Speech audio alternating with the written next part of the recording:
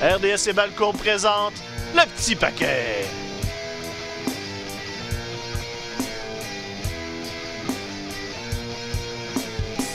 Et ouais, un autre petit paquet cette semaine. Allô tout le monde. François Côté en compagnie de Stéphane Morneau. Toujours au poste. Toujours au poste. T'étais ici là, pas très longtemps. Moi, je dors dans ce studio-là, en fait. On tourne la lutte le mercredi soir, je fais mon petit dodo, je reviens pour le podcast. Sleeping bag en arrière du... Mais on a une surprise. Parce que il est à la maison, mais il est toujours avec nous dans nos cœurs. Et là, aujourd'hui, il est avec nous pour le podcast. Le retour de Mathieu Poulain en image. Allô, Mathieu, quand t'es beau. C'est Mathieu Poulain. Gardez-moi ça, cette belle face-là. Salut. En plus, depuis 10 ans à la balle molle, mon surnom, c'est le retour de Poulain parce que j'ai tendance à m'absenter pour faire des retours spectaculaires, fracassants. Donc, je pense que c'est ma gimmick qui transcende la balle molle, visiblement, dans tous les domaines de ma vie. Je suis fait pour m'absenter et revenir. Mathieu, on est content de te revoir parmi nous. Je pense que là, on devrait être tranquillement être en mesure d'être un peu là plus souvent les trois. On peut juste être deux présentement dans le studio ici qui est temporaire.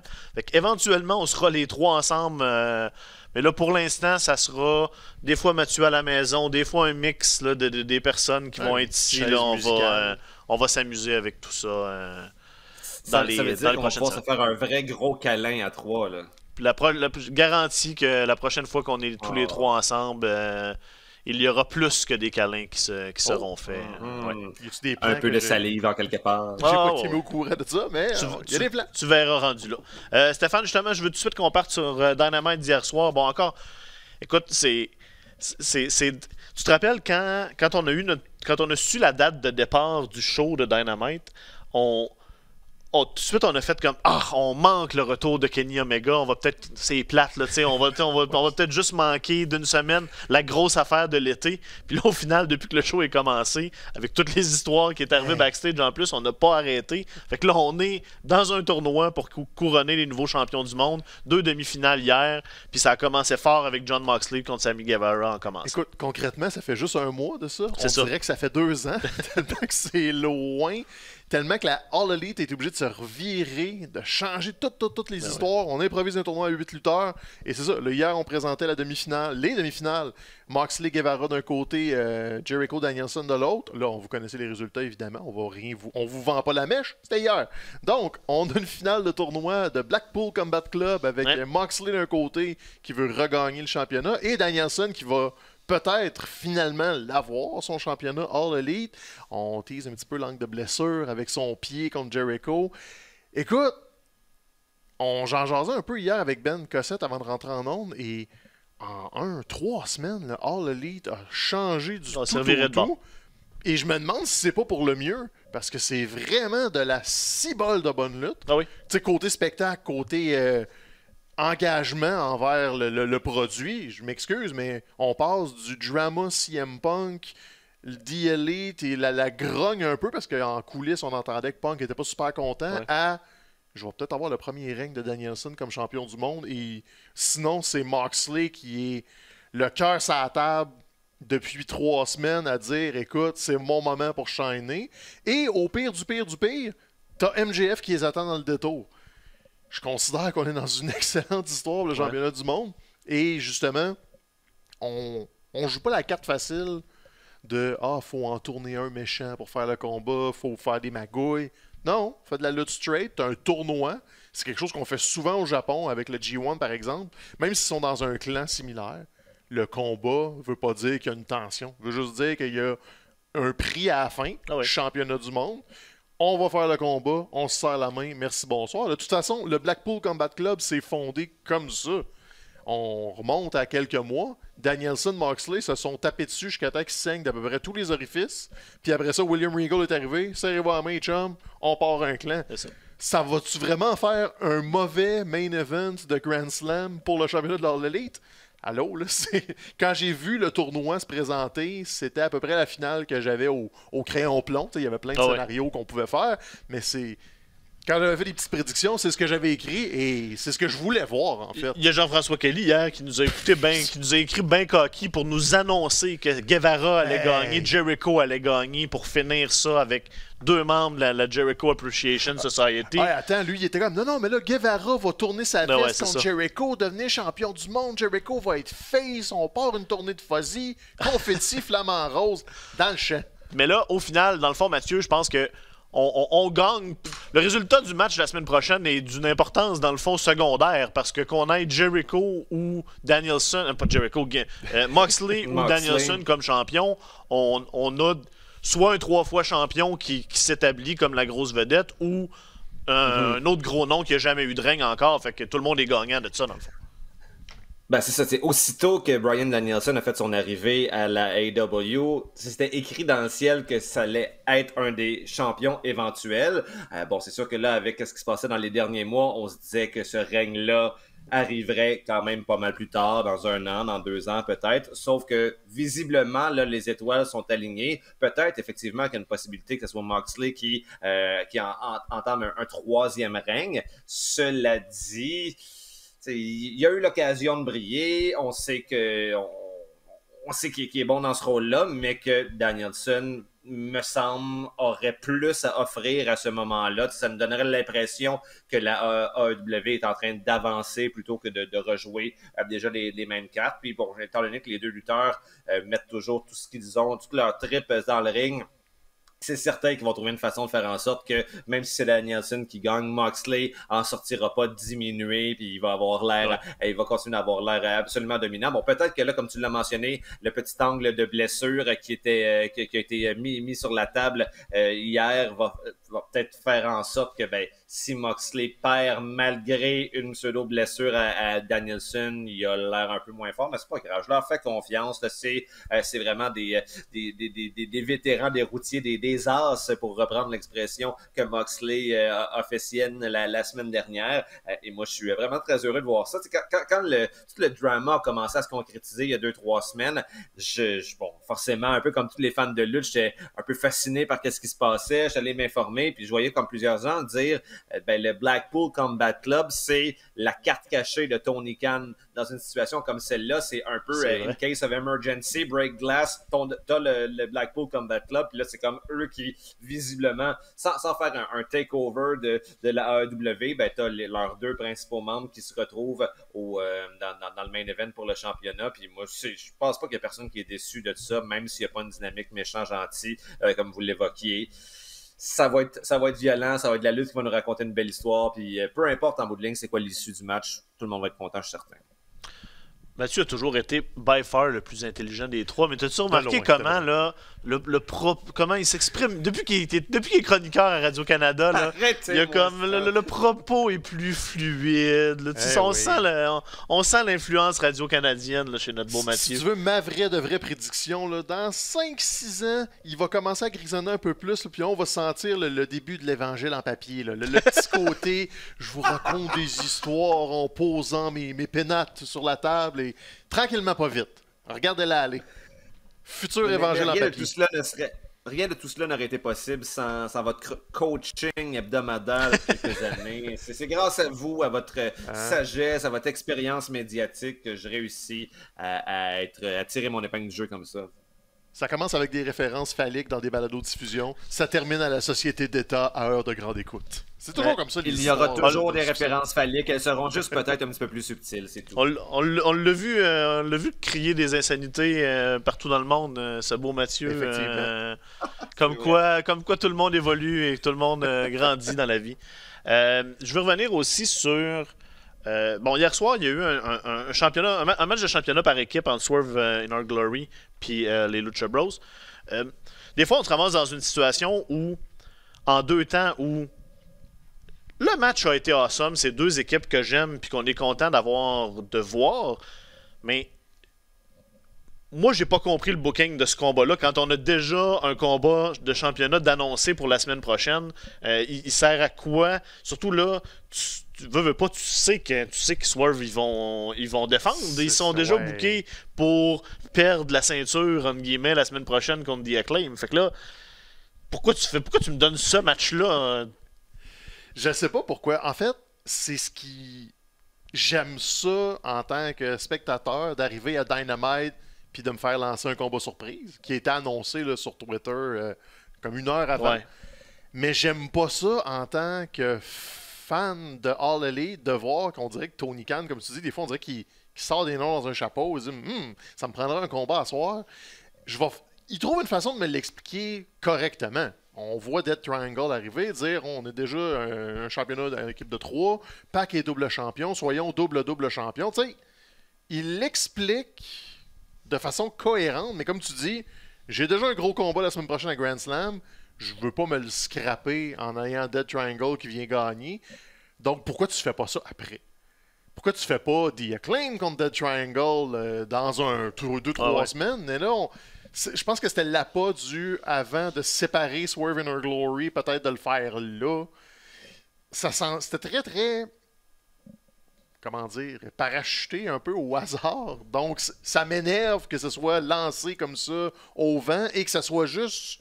là, j'ai pas vérifié les timings, mais ça devait être quoi? 12 minutes, gros max, 14 peut-être. Donc, c'est pas un combat de longue haleine. Et tout ce qu'on a vu, c'est juste des petites pointes de ce qui pourrait être vraiment glorieux. Mais ça a été un super combat de télé, là, comme... oui, mais... Il n'y a aucun temps mort. Côté spectacle, je peux pas me plaindre.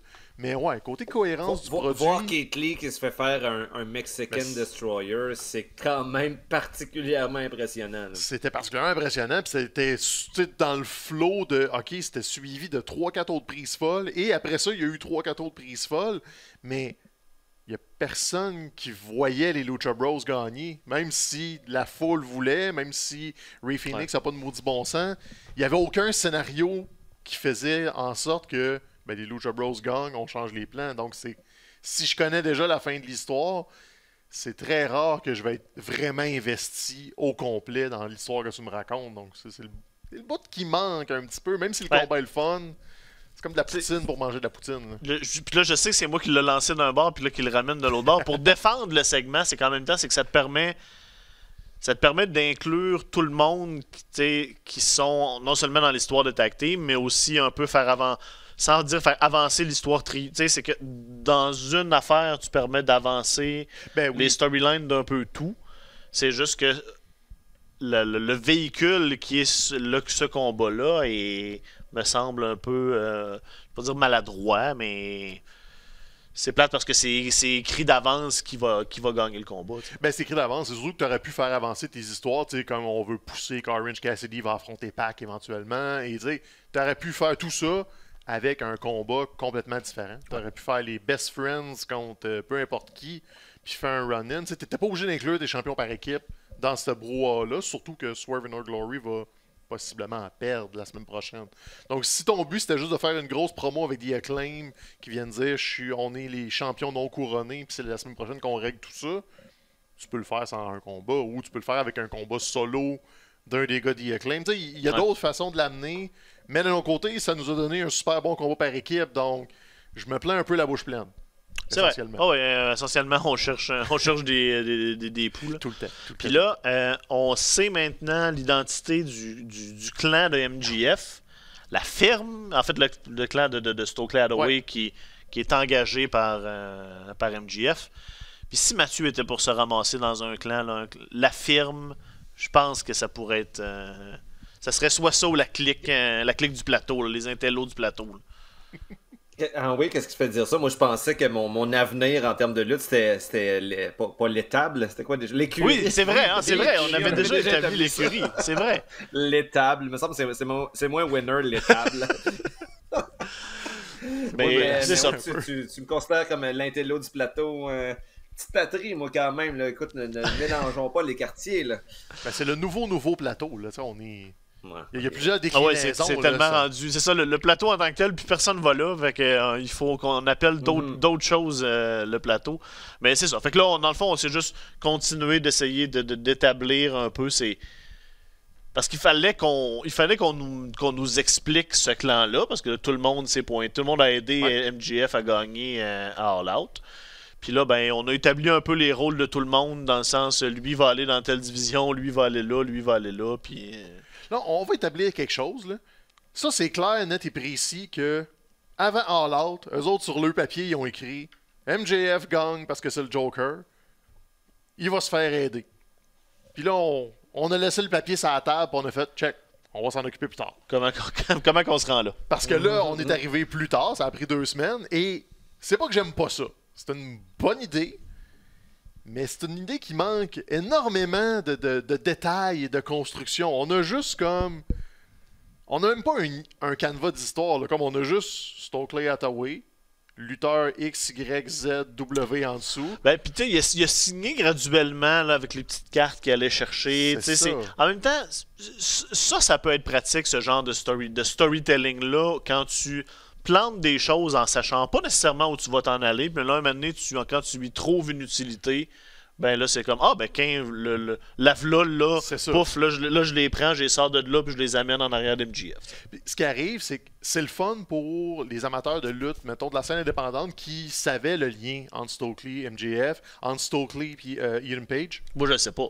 Donc, mais c'est ça, la plupart des gens le savent pas, qui se sont côtoyés sur la scène indie depuis plusieurs années, puis qui sont des bons amis et qui s'aident un à l'autre. Mais le problème de ça, c'est que tu fais plaisir à ta petite portion de l'auditoire qui le sait, mais tu as aussi l'inclusion, par exemple, du Gun Club, qui n'ont pas de lien de proche ou de loin avec Stokely Hathaway, du moins que je sache, et de W. Morrissey non plus. Il n'y a pas de lien concret. Tu as Lee Moriarty qui en a un aussi, qui a déjà travaillé. Donc, c'est comme un mélange des deux de... On a des amis dans la vraie vie, mettons-les ensemble à l'écran, puis laissons-les nous raconter quelque chose, avec on sait pas trop quoi faire avec le Gun Club, on va y mettre avec eux autres. Morrissey, on voulait le signer, on va le mettre avec eux autres. Donc, c'est là où je dis que c'est comme une feuille blanche avec des noms dessus, puis on rajoute des affaires à mesure.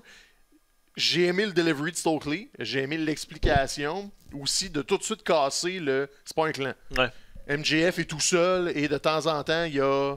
on retainer en anglais, c'est le principe des avocats que dans le fond, tu vas les payer d'avance en sachant que tu vas en avoir besoin. Donc, si tu es une corporation, tu le sais qu'éventuellement, tu vas avoir des poursuites. Ou si tu es un criminel quelconque, si vous avez écouté Better Call Saul ou Breaking Bad, vous comprenez le principe de je laisse une valise d'argent sur la table, puis ça se peut, je t'appelle à minuit, un soir de semaine pour te dire besoin de toi, Roche. C'est ça un retainer pour le jargon juridique. Donc, c'est un peu ça que MJF a. Et là, c'est ça. Il y a eu le jeton de championnat pour avoir le combat de championnat quand il veut. Ça va être quoi la prochaine utilisation? On le sait pas trop, mais c'est là. Mais attendez-vous pas à aller voir chaque semaine. C'est un peu ça le message de on vous l'explique là. Là, tu sais, les guns vont retourner à Dark. Ethan Page va tourner un peu autour de Pac. W. Morrissey, aucune idée de ce qu'il va faire. Il y a des objectifs, entre très gros guillemets. Donc, c'est ça. C'est du long terme. C'est bien du long terme. J'aimerais juste ça qu'il y ait un petit peu plus de direction, mais bon. Donc, c'est ça. Pour finir avec Dynamite, la semaine prochaine, c'est Grand Slam. Donc, combat de championnat du monde entre Jon Moxley et Bryan Danielson. Hey, attends, on peut pas finir avec Dynamite. T'as oublié le segment préféré de la semaine de Mathieu. Oh, qu'est-ce que j'ai oublié? On a eu... C'est-à-dire le peut-être meilleur segment de Dynamite du dernier mois. On a eu un pizzaiolo italien à la télé. Qui s'est fait sacrer une volée. En entrevue. Et là, je m'excuse, mais il n'y a pas beaucoup de gens qui savaient c'était qui. Parce qu'il fallait que tu l'aies vu sur les médias sociaux. Mais ceux qui savaient c'était qui étaient drôlement contents de voir de la pizza se faire spinner à Dynamite et se faire couper. Luigi Primo, je pense que ça s'appelle. Tu sais, des fois, là, t'as pas besoin d'avoir un... Comment dire? T'as pas besoin de faire District 31 avec toutes tes émissions. T'as le droit d'avoir une petite niche qui va juste faire plaisir à une petite portion de ton auditoire. Ça prend 4 secondes de ton show et t'as des beaux moments après ces médias sociaux. C'est pas compliqué, Vera. Tu peux faire des petites affaires de même. Ça buzz sur le web. T'appelles le gars, tu l'invites, il est content, tout le monde est content, puis ça donne du heat à Ethan Page après, qui est un heel d'avoir empêché le pizzaiolo de spinner sa pizza. Moi, j'ai trouvé ça génial. Moi, je tiens à dire sur Luigi Primo, bon, quand j'ai vu, comme pas mal de gens sur Internet, les images de lui qui se bat en faisant spinner une pizza, j'ai trouvé ça absolument merveilleux comme gimmick, là, comme comedy wrestling. Puis, tu sais, ça permet des petits trucs comme ça, permet de raviver la flamme, de l'amour, de la lutte de temps en temps. Puis, ma balloune a vraiment pété 2 jours après parce que j'ai réalisé qu'il se vend des fausses pâtes à pizza que tu peux faire spinner. Moi, j'étais comme, tu sais, le gars, il est cool parce qu'il fait vraiment tourner une pâte à pizza dans le ring. Mais non, même la pâte à pizza de Luigi Primo est il n'y a rien de vrai dans la vie. Tu brises la magie tout le temps.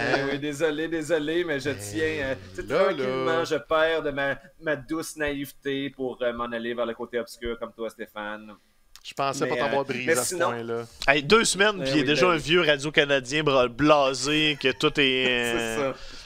Mais là, la lutte, c'est fake, là. On n'écoute pas ça pour vrai. Là. Mais pour bondir sur quelque chose que tu as dit, effectivement... Ils sont le fun d'avoir popé ces gimmicks-là, des fois. Souvent, c'est sur les indies, mais tu sais, faut pas oublier que Orange Cassidy, à la base, vient de ça. À un moment donné, il y avait un buzz sur ce gars-là qui luttait en s'en colissant avec les 2 mains dans les poches. On en a vu plein passer dans les dernières années. Tu sais, à un moment donné, il y a eu la gimmick, il y avait les Ninja Turtles, que quand il se ramassait sur le dos, ben là, il se faisait aller les bras dans les airs parce que une tortue sur sa carapace, ça n'arrive plus à bouger. Puis là, il fallait que les autres viennent le flipper. Il y a eu une gimmick, il y a eu des fourmis à un moment donné, là, il y avait différentes couleurs. Tu sais, c'est... Evil Uno existe parce que c'était une gimmick de jeux vidéo. De jeux vidéo, Player 1 et 2, c'est ça. Fait que tu sais... Et c'est le fun, ces gimmicks-là. Puis tu sais jamais où ça peut mener en plus, parce qu'il y en a qui finissent par fonctionner à plus grande échelle. Il y en a qui stagnent longtemps, par exemple. Oui. T'as-tu des noms? Vas-y, t'as l'air d'avoir des noms. J'en ai un qui est très méchant, très gentil, qui commence à me taper un peu pas mal sur le système. Là. Ils vont-tu faire de quoi avec Danhausen? Ben Cossette qui te gosse? Oui, ça, écoute, là, si c'est son costume d'Halloween, je pense que je le ghost. Mais, tu sais, je trouvais ça drôle, Danhausen. Je le trouve drôle en vignette, je le trouve drôle en vidéo. Mais ça fait quasiment 1 an qu'il est là. Ils ont rien fait avec. Puis soit tu l'utilises, soit tu l'utilises pas, mais là, branchez-vous parce qu'il est juste comme une décoration dans le décor. Puis c'est pas honnête pour lui. Puis en plus, il a lutté à Dark cette semaine. Donc, la semaine que je choisis pour dire que Donaldson, j'en ai un peu plein mon casque, ils ont donné une victoire à Dark contre un autre Comedy Wrestling, l'ancien bibliothécaire, Peter Avalon, qui est rendu le wingman qui se prend pour le Rick Rude des pauvres. Donc, OK, la comédie, c'est drôle, mais à un moment donné, il faut peut-être l'orienter vers quelque chose. Ouais. Mais tu sais, des fois, on a un petit peu l'impression que Tony Khan est genre le collectionneur des lutteurs. Aussitôt qu'il voit comme une gimmick pognée un peu dans les indies, il va se faire comme « OK, ben je vais l'amener sur mon show », puis ça crée un buzz au début, mais il y a tellement de monde sur son roster que c'est normal qu'il manque de place pour leur donner du temps de TV. T'sais. Ouais, ça l'utilise 1 semaine ou 2, puis après ça, ça tombe dans les oubliettes. La comédie, c'est drôle. Stéphane Morneau... 16 décembre. La comédie, c'est drôle. 15 décembre, on va noter ça. Merci pour ce grand enseignement. T'es déjà rendu en décembre, toi? Ouais. Septembre. J'ai-tu dit décembre? Je suis tellement fatigué. Décembre 2022. Ah non, mais... L'automne n'est pas commencé. C'est comme... Justement, encore au milieu de mon déménagement, puis là, hier, j'ai manipulé ma boîte de décoration de Noël, puis ça a commencé à me mettre dans le mood déjà de Noël, donc je suis content de savoir qu'on est 2 dans ce mood-là. On sort les boules de Noël de WWE bientôt à la maison. Yes! Puis avec des enfants, c'est magique en plus. Tu vas voir, ça va être des beaux moments. Par magique, tu veux dire, je vais ramasser des boules scrap à terre pendant 1 mois parce que c'est tout ça à leur hauteur dans le sapin. Puis lui, le cave, il y en a 2 à gérer en même temps. 2 côtés de sapin. Ça fait le tour de Dynamite ou tu vas me recouper là, avant de faire la promo de la semaine prochaine? Je pense que oui. Là. OK. Fait que la semaine prochaine, Dynamite, c'est Grand Slam sur les ondes de RDS. RDS Info à 20h, RDS 2 à 23h. C'est aussi disponible en direct là, sur le site. Là. Si vous êtes abonné à RDS, vous y avez accès à rds.ca/AEW si vous voulez écouter le show la semaine prochaine. Stéphane, à toutes les années, la revue Pro Wrestling Illustrated sort sa liste des 500 meilleurs lutteurs. À chaque année, ça fait de la merde, on va se le dire. Ça brasse toujours. Puis, tu sais, quand des années, c'est qui est numéro 1 ou pas, puis c'est-tu fait de voler. Là, c'est pas ça cette année, parce que je pense que tout le monde, il faut accorder à Roman Reigns, qui revient à Roman Reigns. Il est le lutteur numéro 1 de la dernière année. Mais là, il y a d'autres controverses. Là. Après ça, c'est l'exclusion du top 10 d'un John Moxley. un Bobby Lashley numéro 5, entre autres. C'est ça qui arrive. Hein? Puis en plus, ils le savaient, la gang du PWI. Ils sont allés annoncer ça à Busted Open en primeur. Fait que dans un show de radio avec des réactions live, et on part de 10 jusqu'à 1 pour faire un petit suspense. Puis là, c'est ça. Autour de 5, Bobby Lashley. Ouais, OK, ouais, c'est notre body. On va pas trop le niaiser. Numéro 3, Punk. Ouais, OK, comprends. Là, numéro 2, Okada. Ça t'annonce officiellement que tu sais c'est qui le numéro 1 en plaçant Okada 2. Ça veut dire qu'il ne restait que Roman. Puis honnêtement, c'est 100% correct. Oui. Mais c'est après que là, ça commence. Puis là, tu relativises la liste. Et là, tu le dis. On n'a pas de Moxley dans le top 10. Ça s'explique. Moxley était absent en désintox. Là. Le PWI considère de juillet à juillet son année. Donc, on parle de juillet 2021 jusqu'à juillet 2022 pour comptabiliser tout ça. Et Moxley, là, j'y vais de mémoire, j'ai pas fait la recherche, mais je pense qu'il était absent de genre octobre à février. Okay. Et octobre à janvier. Donc, il a manqué grosso modo la moitié de l'année et il a été champion dans la période du PWI 1 mois et demi. Donc, il aurait fallu que le PWI soit, mettons, de septembre à septembre, et là, Moxley aurait été fortement considéré. Mais comme il a manqué la moitié du crunch time, il est quand même dans le top 20. Je ne me souviens plus de la position par cœur, mais il est dans le top 20. Donc, tu sais, il n'a pas été complètement écarté. Avant son départ en désintox aussi a été considéré. Mais moi, ce qui... Tu sais, Bobby Lashley 5... Il est juste... Il est 12, hein? Il est juste 12. avant Matt Cardona. Mais Matt Cardona... Que John Moxley... Il a fait des affaires dans les indies, on s'entend, dans l'espèce de fédération hardcore. Il trouve moyen de se réinventer, mais tu demandes à n'importe quel fan de lutte, est-ce que John Moxley et Matt Cardona, dans la dernière année, sont au coude à coude? Je sais pas. C'est ça. Mais c'est ce qui arrive avec PWI, c'est la façon qu'ils ont d'établir. Ils expliquent jamais comment ils calculent, mais ils vont dire les championnats ont beaucoup d'importance. La grosseur de la fédération, le championnat du monde de la E a plus de poids que le championnat du monde de la GCW. Mais le championnat du monde. Bobby Lashley. C'est ça, c'est que Bobby Lashley était champion du monde et champion US dans une très grosse compagnie. C'est à WrestleMania, il y avait son match contre Drew McIntyre, WrestleMania de l'année passée. Tout le monde pensait qu'il était pour perdre contre Drew McIntyre, mais il y avait retain à WrestleMania. Puis après ça, il a réussi à se mettre over quand même, Bobby Lashley. Au début, il y avait quand même. Le monde ne l'aimait pas trop, mais maintenant, force est d'admettre que Bobby Lashley est rendu un babyface qui est apprécié des fans de la WWE. Donc, on s'entend.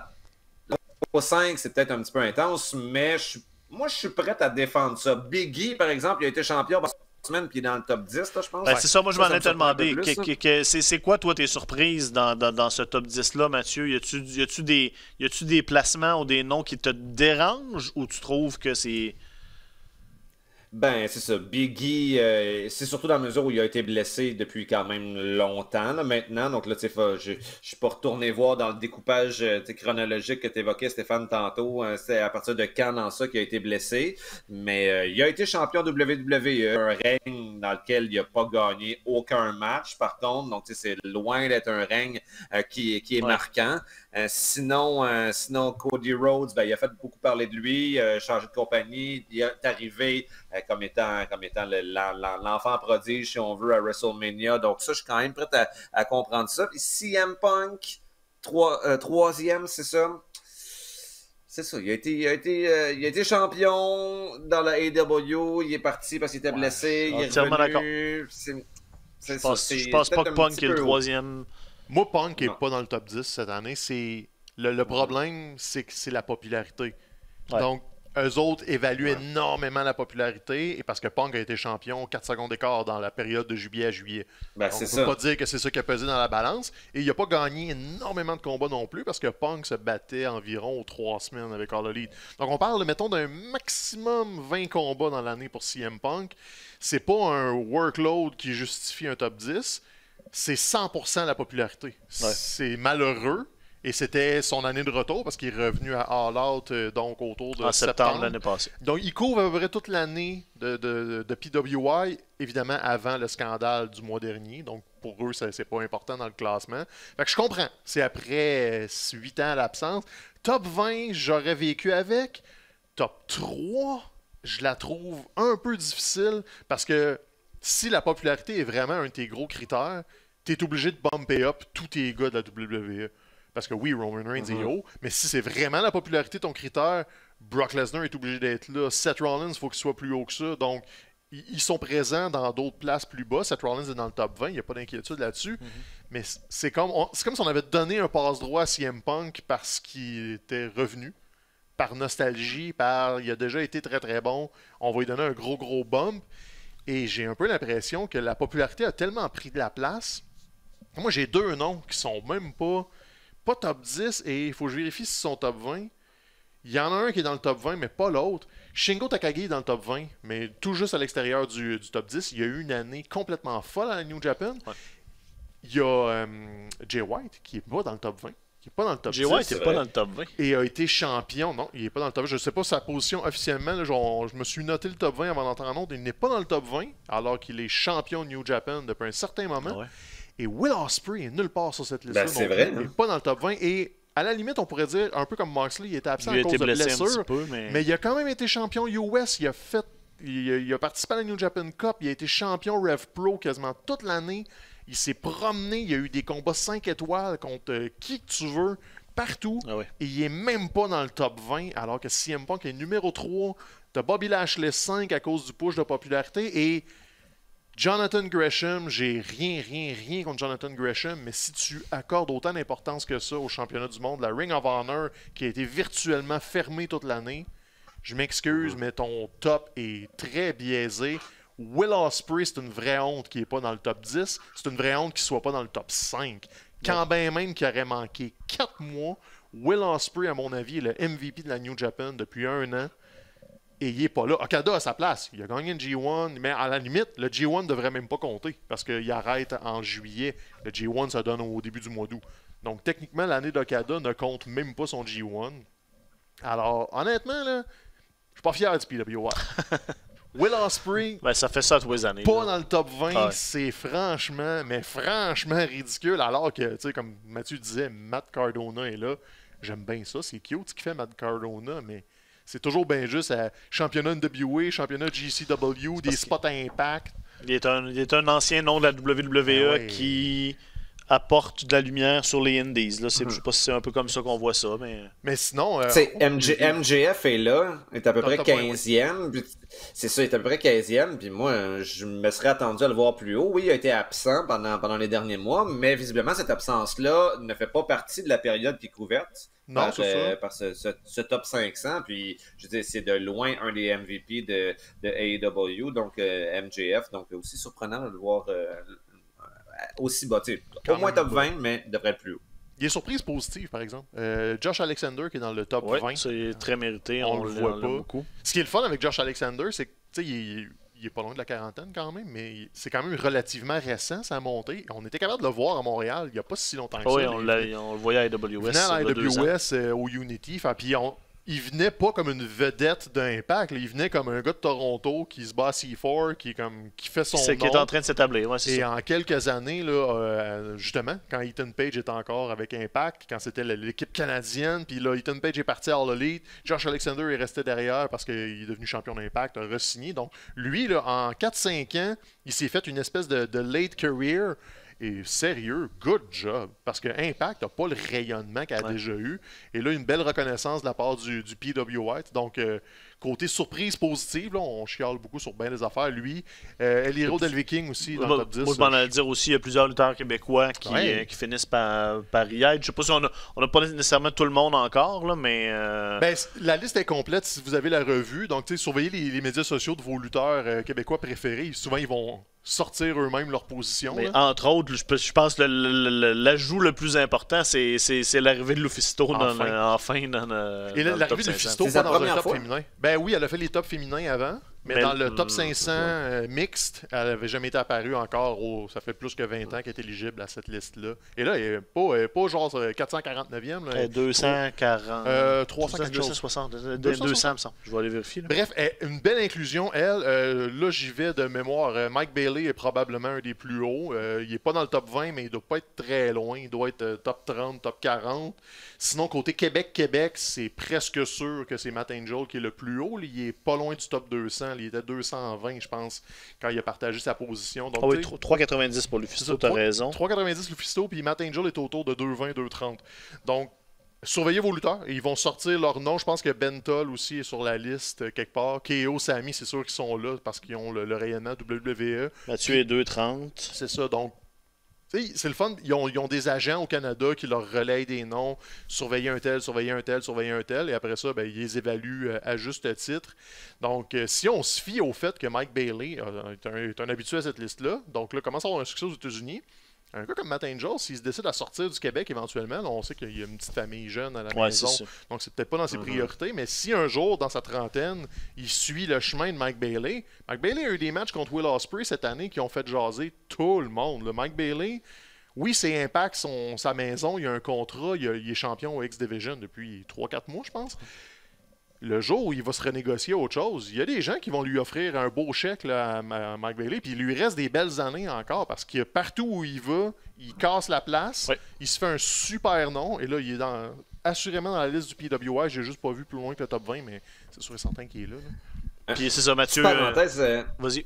C'est un truc qui m'a surpris hier. Bon, je participais à une table ronde avec des auteurs, puis il y avait des lutteurs qui étaient là aussi. Puis j'ai appris que de réputation, du moins en lutte québécoise, c'était Mike Bailey qui était reconnu comme étant le plus stiff des lutteurs, celui qui fait le plus mal. Okay. Alors que, tu sais, quand tu le regardes, il n'y a pas nécessairement cette aura-là.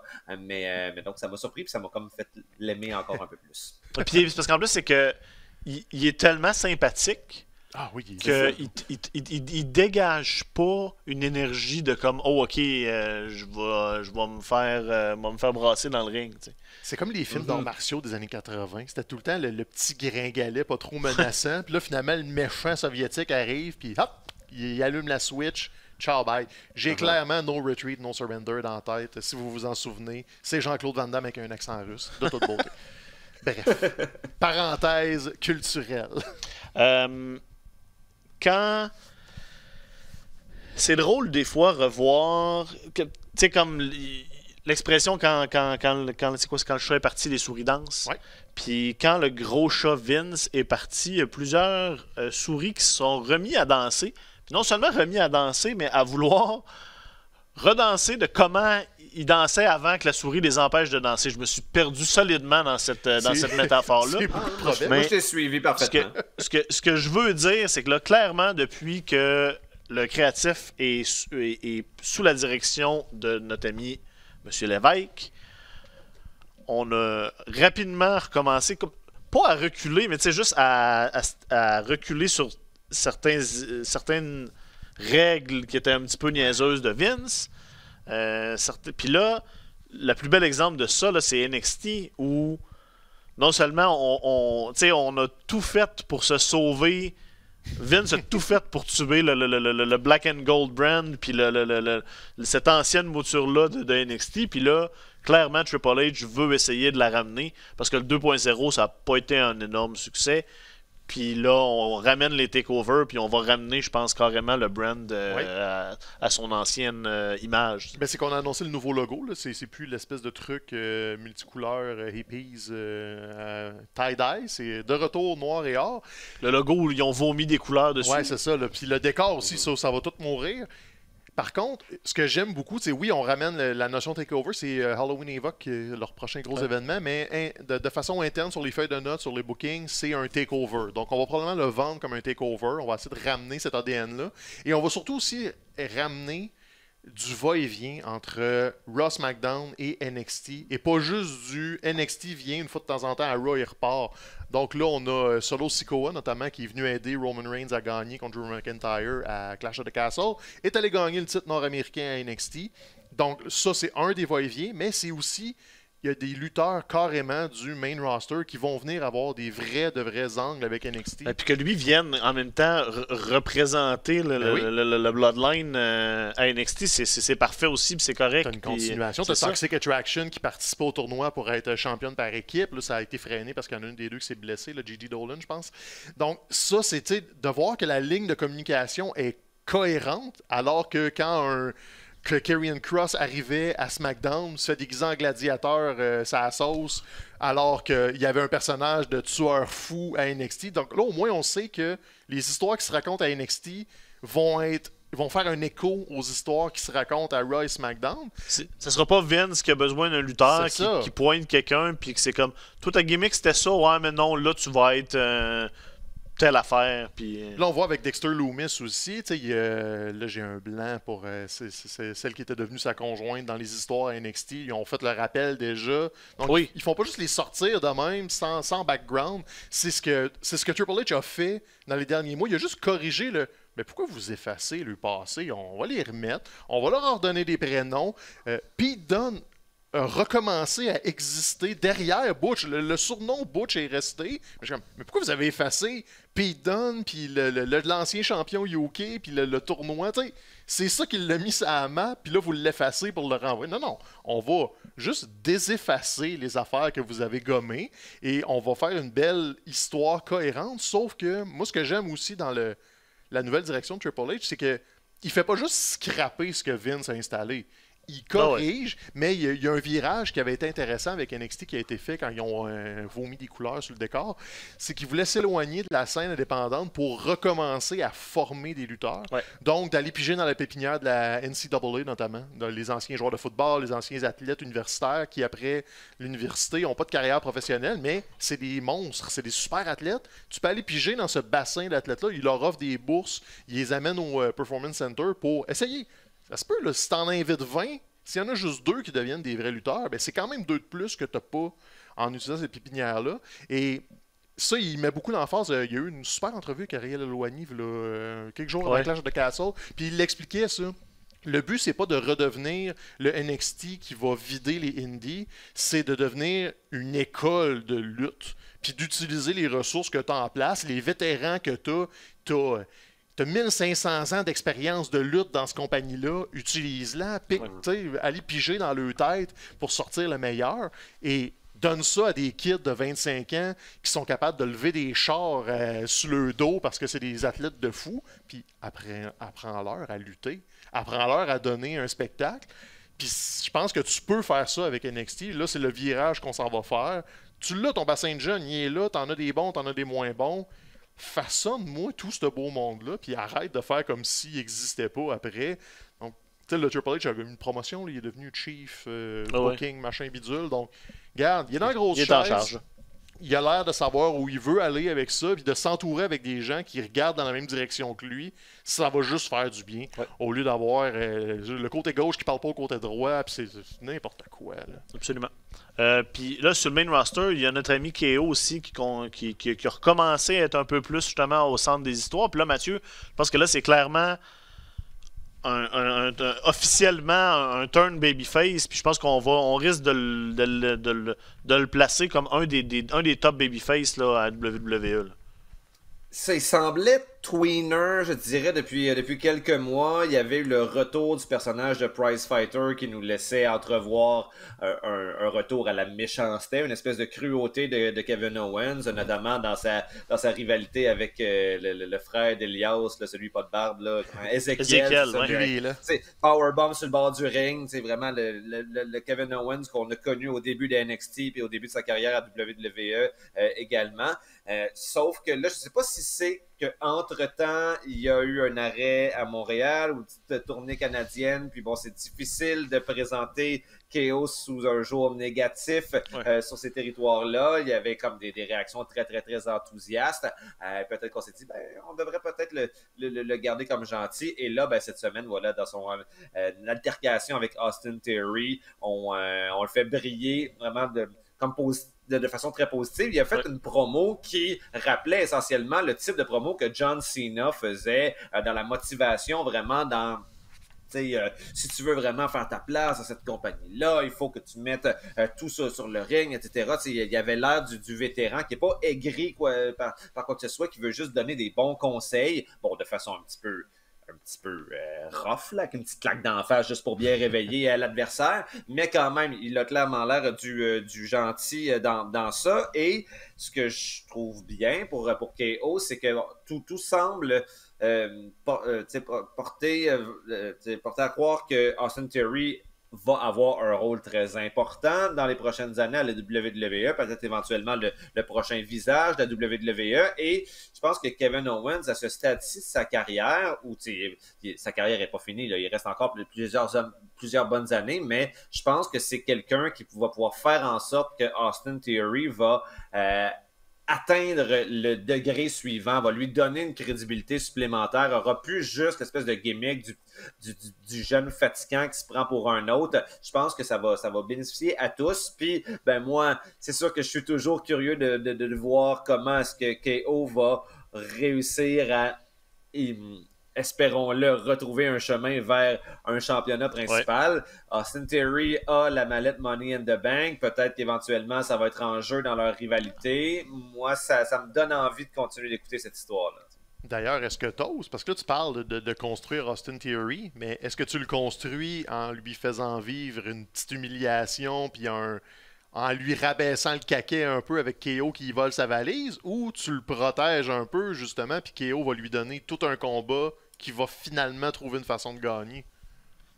Je pense que si Austin Theory gagne le championnat principal, je ne sais plus là, si ça va être le WWE ou le Universel, je pense qu'il est un petit peu tôt pour lui pour le faire. C'est un peu le problème avec Money in the Bank qu'on avait donné à Otis il y a genre 2-3 ans. Peut-être qu'on a voulu donner à Otis pour comme surprendre lors du gala, lors du gala Money in the Bank, mais c'était comme la fois où il c'est même pas lui qui a caché l'échelle en haut du building. Mais c'est ça, c'est parce qu'il l'a perdu contre The Miz, parce qu'on s'est dit, voyons donc, ça n'a pas vraiment de sens de donner le championnat principal à Otis. The Miz, même si c'est un champion de transition, c'est déjà plus acceptable. Puis j'ai l'impression que KO se retrouve un peu dans cette situation-là où il pourrait, lui, en cachant la mallette, être un champion qui soit crédible, alors que Austin Theory, je pense pas qu'il est rendu là. Donc, là, moi, c'est l'histoire que j'espère qu'il va se dérouler. Absolument. Puis là, c'est que là, on continue aussi d'être pogné avec le problème. Je vais utiliser des guillemets parce que c'est pas réellement un problème, mais le problème Roman Reigns. Dans le sens que là, on est en train de l'établir comme... On veut l'établir avec un extrêmement long règne. On veut qu'il soit la légende de sa génération. Puis c'est correct, ça marche. Mais là, tout ça rend des situations, justement, comme la manette Money in the Bank, un peu... C'est pas l'outil que ça devrait être. Parce que là, présentement, si tu l'utilises, tu vas perdre. Essentiellement, tu vas perdre ou il faut que tu fasses 812 tours de passe-passe parce que là, ils ont commencé à mettre énormément d'emphase sur le fait que ça fait plus que 1000 jours que Roman Reigns n'a pas eu un compte de 3 contre lui. On parle pas juste de perdre un combat, là, on parle équipe, mix, name it. Il n'a pas perdu depuis 1000 jours. C'est plus que 3 ans, ça. Ouais. Pas plus, là, mais essentiellement, ils vont se rendre à 3 ans-ish. Ça, et là, c'est ça. C'est qu'à l'interne, on se demande, est-ce qu'on y va jusqu'à WrestleMania ou on trouve une façon d'y en enlever une pour avoir un deuxième champion pour WrestleMania? C'est le problème. Roman Reigns, il est trop fort.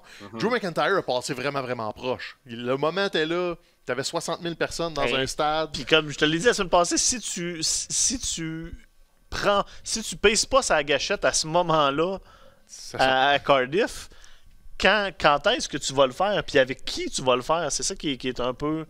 Est-ce que tu veux pas le faire perdre clean, puis tu vas juste le faire perdre justement avec un cash-in après un last man standing match d'une heure et demie? Tu sais, je sais pas ou comment ils vont le faire perdre. Moi, je pense que ta porte de sortie, tu vas l'ouvrir au Royal Rumble. Ça dépend à qui tu le donnes, ça dépend comment tu finis le show. Est-ce que tu finis le show avec une intervention qui permet un cash-in, puis là tu protèges Roman parce que c'est, mettons, The Rock qui vient faire un rock bottom à la fin du Rumble, puis là ça permet à KO ou Theory de venir voler une des ceintures, puis là tu set up ton match à WrestleMania et t'as un autre champion pour faire un autre combat, ou c'est au Royal Rumble qu'on va le savoir. S'ils font rien de ça, c'est qu'ils vont all-in, Roman se rend au Rumble, ou si tu fais gagner Rumble à The Rock, je sais pas, là, on est dans le très gros fantasy booking, c'est juste que t'as pas énormément de scénarios où à WrestleMania l'année prochaine, c'est Roman Reigns contre The Rock qui est ton money match, t'es à Los Angeles, ou si The Rock peut pas, il faut qu'il se trouve un plan B, puis ils n'en ont pas. Il n'y a pas de plan B, il n'y a pas de gros noms qui rentrent dans cette talle-là. Donc, c'est quand même un problème intéressant. Oui. Ce que je me dis aussi, c'est que si effectivement là, les rumeurs se concrétisent, puis le main event de WrestleMania, c'est Roman Reigns contre The Rock, je veux dire, c'est tellement gros que t'as pas besoin de championnat. T'sais, il devrait pas avoir un championnat qui est associé à ce match-là. Ça devrait être comme il pourrait perdre les deux. Pour le titre de Head of the Table, du clan des Samoans, ça serait amplement suffisant. Puis surtout dans la mesure où s'il y a un championnat qui est en jeu, il me semble qu'on serait plusieurs à douter qu'il élise The Rock comme nouveau champion WWE ou champion universel, mais lui faire gagner le titre de Head of the Table du clan, ça, je pense que tout le monde serait prêt à l'admettre. Donc, c'est ça. Je pense que ça serait un handicap de garder les ceintures autour de Roman jusqu'à WrestleMania. Je suis d'accord. De toute façon, l'affrontement... The Rock va venir pour perdre contre Roman. Et c'est sa job. Puis moi, je suis correct avec ça. Ce qu'on veut, c'est le moment, dans le fond. C'est Rock qu'on n'a pas vu depuis des années, qui est une énorme vedette mainstream maintenant. Puis, c'est les promos avant WrestleMania. C'est ça qu'on veut. Moi, je ne m'attends pas à voir Rock gagner un éventuel affrontement avec Roman Reigns. Quelques petites affaires au Québec, un gala de Marc Blondin en fin de semaine. Écoute, si vous êtes curieux, on a un doublé NCW dans le fond en fin de semaine. Là, ils font leur gala régulier le samedi à Sainte-Thérèse. Et Marc Blondin est la figure d'autorité de la NCW dans leurs histoires quand vous y allez. Et le dimanche, c'est son premier gala Simmania. Donc Sim pour le nom de sa balado. Là, soyez-y, mesdames, messieurs. On entend au travers des branches que c'est quelque chose qu'il va essayer de faire plus souvent. Donc des galas de lutte un peu comme dans le temps de la TOW. Donc là, on fait ça dimanche à Mirabel. Il en profite pour faire le lancement de sa biographie aussi, écrite par Bertrand Hébert. Donc le véritable auteur des livres de lutte au Québec, là, assisté de l'autre, là, le clone de Jean-François Kelly, j'ai un blanc pour son nom. Bertrand Hébert, illustre auteur de la lutte au Québec. Donc, c'est ça, on lance le livre de Marc Blondin. C'est quand même un gars-là qui va être intéressant. Là. Il y a TDT sur la carte des visages familiers de la NCW. Chic Ben Cossette va être là pour faire un combat en animation. Le seul petit problème, à mon avis, c'est cool, ça encourage la scène locale, ça fait un gala de plus. Par contre, on accroche la remorque énormément sur les invités, donc venir rencontrer Michel Le Tourneur, venir rencontrer Billy Eady, qui était un lutteur populaire dans les années 80, Demolition Smash ou Axe, je pense. Okay. Je suis même pas sûr c'est lequel des deux, là, donc le monsieur, 70 ans, puis il a de la misère à marcher, mais... On s'accroche un petit peu trop, à mon avis, à cette nostalgie-là pour la promotion du gala, mais... Honnêtement, ça a l'air d'être une belle place, une brasserie à Mirabel. Là, le nom m'échappe évidemment, mais il reste quelques billets. Et là, je pense que Marc Blondin va en profiter pour soit annoncer qu'il en fait d'autres, ou c'est un one-off, puis c'est juste une occasion d'avoir de la bonne lutte sur la rive nord de Montréal si vous êtes dans le coin. Puis là, la preuve que la lutte n'est plus ce secret sombre là, qu'il faut cacher comme ça a déjà été, c'est que là, même, des fois, là, de plus en plus, la politique vient commencer à utiliser la lutte pour faire de la promotion. Là, t'as Sol Zanetti qui va faire quelque chose avec la NSPW. Ça, c'est mourant. Écoute, fouillez un peu sur les médias sociaux là, depuis quelques semaines en marge de la campagne électorale. La vraie campagne, il va y avoir un débat des chefs. D'ailleurs, on est jeudi, c'est ce soir. Claude Meloun, qui est un gérant à Québec, vous l'avez vu, là, il se tient avec un peu plein de gens méchants. Il a un look assez particulier, très coloré. Il a décidé de se lancer dans une campagne brune. Donc, il met ses pancartes, ses slogans... Écoute, là, j'ai un blanc pour les slogans, mais c'est quelque chose de ultra générique. On dirait un épisode de La Petite Vie, là, genre demain change maintenant. Là, donc, il faisait sa campagne et il le faisait un peu pince sans rire. Donc, c'est des vraies pancartes. Et il faisait des petites promos sur le web. Et là, tu te dis, mais tu fais vraiment en campagne comme un indépendant, tu sais, comme un Jean-François Mercier a déjà fait, de se lancer en campagne, ou est-ce qu'il fait ça, ou c'est juste un angle pour la NSPW? Mais il a toujours joué cette ligne-là, donc il le précise pas. Là, si tu vois au gala de la NSPW, il fait ses campagnes, il fait des discours électoraux et tout ça. Mais là, Sol Zanetti est arrivé et s'en pose la question sur les médias sociaux. Mais là, tu te présentes-tu pour vrai? C'est mon comté, il faut que j'ai peur de toi. Et là, je sais pas si on nous work, ou si il a juste été vite sa gâchette. Là, Malone a répondu, et là, ils vont s'affronter. Ils vont faire un débat, les deux, dans le ring de la NSPW en fin de semaine, au Centre Horizon.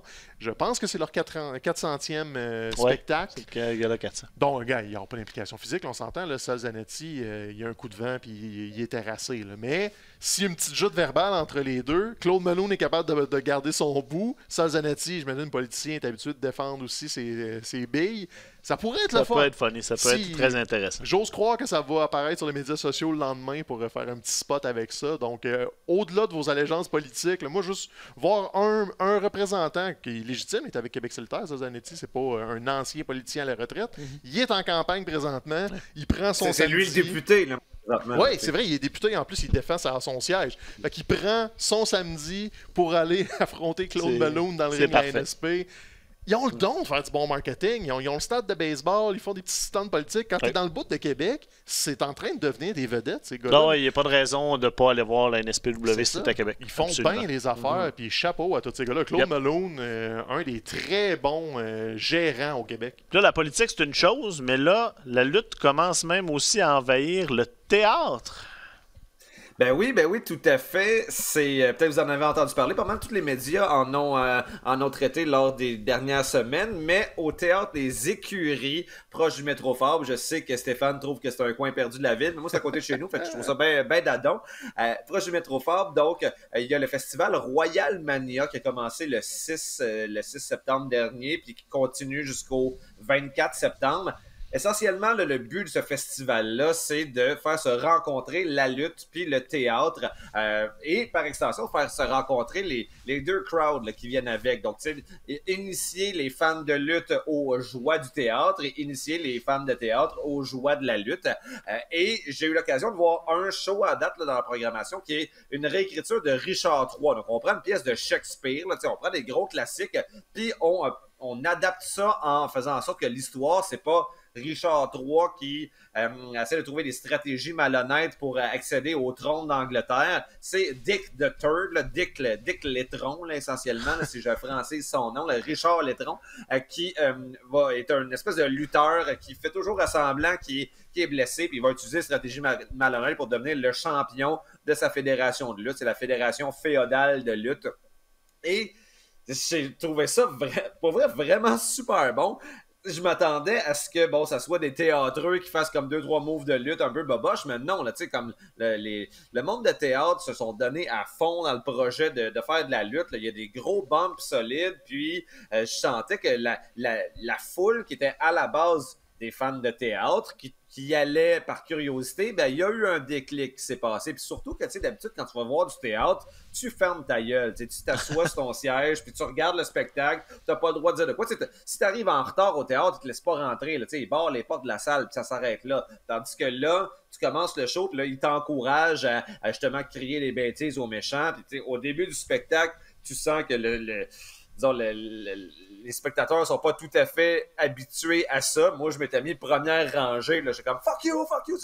J'essayais de donner l'exemple à mes collègues spectateurs. Puis éventuellement, ben, le monde commence à jouer le jeu. Puis pas juste jouer le jeu. Il faut dire que le personnage de Dick the Third est vraiment un heel exemplaire. Là. Il était particulièrement efficace pour faire fâcher le monde. T'sais, au début, le monde se fâche parce qu'ils se disent bon, OK, je suis un spectateur dans un show qui est de la lutte, il faut que je joue fâché, mais éventuellement, là, il dit des affaires, genre Dick the Third, il dit c'est ça qui se passe quand t'as une fédération qui est gérée par des plots, puis là, tout le monde fait comme oh tabarnak, là, ça passe pas, là, t'as senti la foule comme fuck you! Là, le monde a arrêté là, de jouer le jeu pour vraiment vivre leurs émotions, puis là, c'était un moment de grâce à la fois de lutte et de théâtre.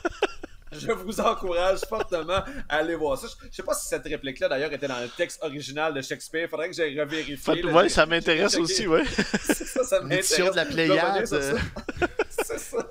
Moi, j'avais une question par rapport à ça. Je pensais y aller, ça n'a juste pas donné. Tu disais c'est des fans de théâtre qui s'initiaient à la lutte, mais c'est-tu vraiment ça ou t'as pogné une bonne représentation? Moi, j'ai peur d'arriver là puis que ça soit la même gang que les Fofounes électriques le samedi soir, mais au théâtre. Ben, C'est dur à dire parce que tu fais juste comme regarder la crowd puis regarder si. Non, en fait, moi je me disais, est-ce qu'il va y avoir des t-shirts de lutte? C'est ça qui va me donner l'indice, si c'est des fans de lutte. Puis eux, la promo qu'ils font de ces théâtres des écuries, c'est notre but, c'est de démocratiser le théâtre, qui est souvent vu comme une espèce d'art d'initié, qui s'adresse toujours à la même crowd, un peu bourgeoise.